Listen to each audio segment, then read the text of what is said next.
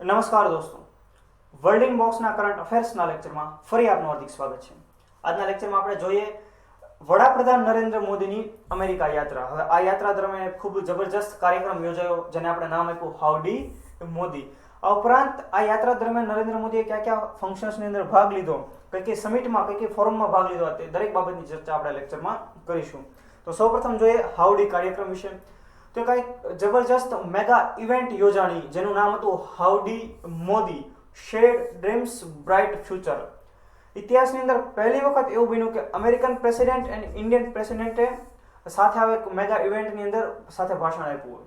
અને આ ક્યાં યોજાયું આપણે ફરજિયાતપણે આપણે યાદ રાખવું પડશે શહેરનું નામ અને સ્ટેડિયમનું નામ. તો અમેરિકાનું એક રાજ્ય છે જેનું નામ છે ટેક્સાસ.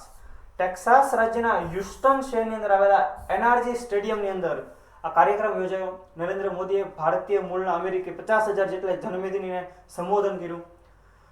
જ્યારે આ કાર્યક્રમની શરૂઆત થઈ ત્યારે હ્યુસ્ટનના મેયર સિલ્વેસ્ટર ટર્નરે કી ઓફ હ્યુસ્ટન આપીને તેમનું સ્વાગત કર્યું હતું. આપણે યાદ રાખીએ કે હ્યુસ્ટનને દુનિયાના એનર્જી શહેર તરીકે ઓળખવામાં આવે છે. Energy city of the world તરીકે હ્યુસ્ટનને ઓળખાય છે. હવે આખા હાઉડી મોદી કાર્યક્રમ યોજવામાં વડાપ્રધાન નરેન્દ્ર મોદી એમાં સંબોધન આપ્યું. એની અંદર એને 370નો પણ ઉલ્લેખ કર્યો અને કીધું કે ભાઈ હવે ભારતની અંદર બધું મજામાં છે. ઘણી બધી ભાષાઓમાં તેમણે આ વાત કરી. ત્યારબાદ ડોનાલ્ડ ટ્રમ્પે પણ ભાષણ આપ્યું અને ડોનાલ્ડ ટ્રમ્પે કીધું કે નરેન્દ્ર મોદી અને એટલે કે ભારત અને અમેરિકા બંને ઇસ્લામિક આતંકવાદ સામે લડવા માટે સક્ષમ છે અને લડશે પણ ખરા. સમજી શકીએ આપણે આ જે ઈશારો છે કે આ દેશ તરફ છે, એ દેશનું નામ છે આતંકિસ્તાન ઉર્ફે પાકિસ્તાન. હવે સાથે યુનાઇટેડ નેશન્સ જનરલ એસેમ્બલીની એક સમિટ પણ યોજાય. એની અંદર ઇમરાન ખાનને પણ ભાગ લેવાનો હતો.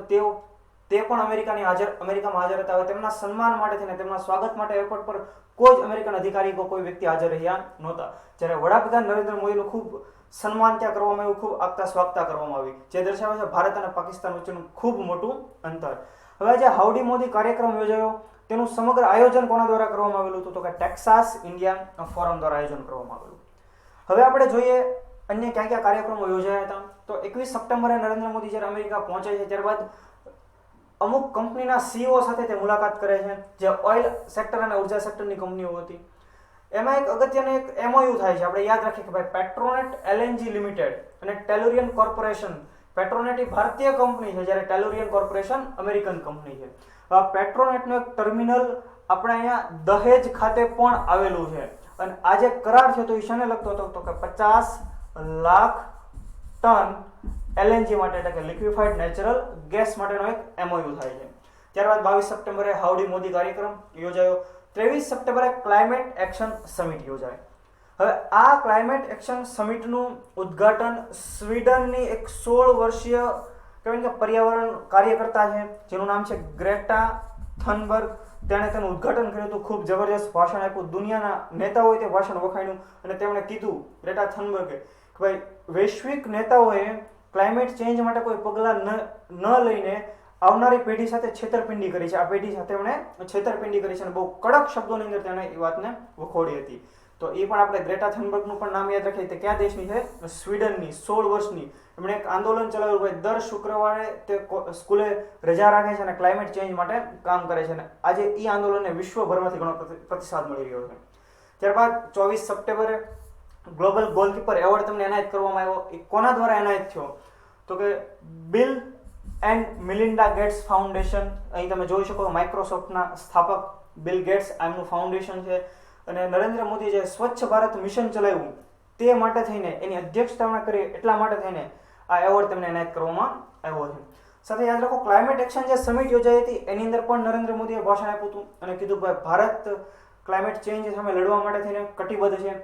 પ્લાસ્ટિક ફ્રી ઇન્ડિયા બનાવવા માટે અમે પ્રયત્ન કરી રહ્યા છીએ. અને 2 ઓક્ટોબર 2019 કે જે ગાંધીજીની 150મી જન્મ જયંતિ છે ત્યારથી પ્લાસ્ટિકનો ઉપયોગ નહીં કરવાના એ માટેના કાર્યક્રમો ભારતની અંદર થઈ રહ્યા છે.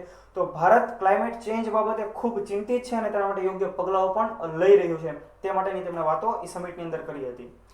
ત્યારબાદ આપણે જોઈએ ગાંધીજીની 150મી જન્મ જયંતિની ઉજવણી થઈ યુનાઇટેડ નેશન્સની અંદર. અને આ દરમિયાન 3 અલગ અલગ બાબતોનું ઉદ્ઘાટન કરવામાં આવ્યું હતું. એક તો ગાંધી સોલાર પાર્કનું ઉદ્ઘાટન કરવામાં આવ્યું યુનાઇટેડ નેશન્સના હેડક્વાર્ટરની અંદર. હવે આ સોલાર પાર્કની ક્ષમતા કેટલી છે કે 50 કિલોવોટનો આ સોલાર પાર્ક છે ને એ ભારતની ગિફ્ટ છે યુનાઇટેડ નેશન્સને. ત્યારબાદ ગાંધી શાંતિ ગાર્ડનનું ઉદ્ઘાટન કરવામાં આવ્યું હતું. અહીં તમે જોઈ શકો ગાંધી શાંતિ ગાર્ડનનું ઉદ્ઘાટન કરી રહ્યા વૈશ્વિક નેતાઓમાં, જેમાં વડાપ્રધાન નરેન્દ્ર મોદી, મૂન જે ઇન જેઓ દક્ષિણ કોરિયાના છે. ત્યારબાદ ગાંધીજીની પોસ્ટલ ટિકિટ પણ એ સમયે રિલીઝ કરવામાં આવી હતી. તો ગાંધીજીની 150મી જયંતિ યુનાઇટેડ નેશન્સમાં પણ ઉજવાય. ત્યારબાદ 25મી સપ્ટેમ્બરે બ્લુમબર્ગ બિઝનેસ ફોરમ યોજાય. હવે આ સમિટની અંદર વડાપ્રધાને ઘણી બધી કંપનીઓના સીઈઓને સંબોધન કર્યું. સાથે તેમણે કીધું કે ભાઈ Bharat ease of doing business. ત્યારબાદ ભારતનું ટેક્સેશન ફોર્મેટ, એમાં ઘણા બધા બદલાવો આવી ગયા છે. ઇઝ ઓફ ડુઈંગ બિઝનેસની અંદર ભારતનો રેન્ક ઘણો સારો થઈ ગયો છે. એટલા માટે જો તમારે વધુ નફો કરવો હોય તો તમે તમારું ઇન્વેસ્ટમેન્ટ ક્યાં કરશો, તો કે ઇન્ડિયામાં તમારું ઇન્વેસ્ટમેન્ટ કરશો. એટલે વૈશ્વિક કંપનીના સીઈઓને ભારતની અંદર ઇન્વેસ્ટમેન્ટ માટે તેમણે આમંત્રણ આપ્યું હતું.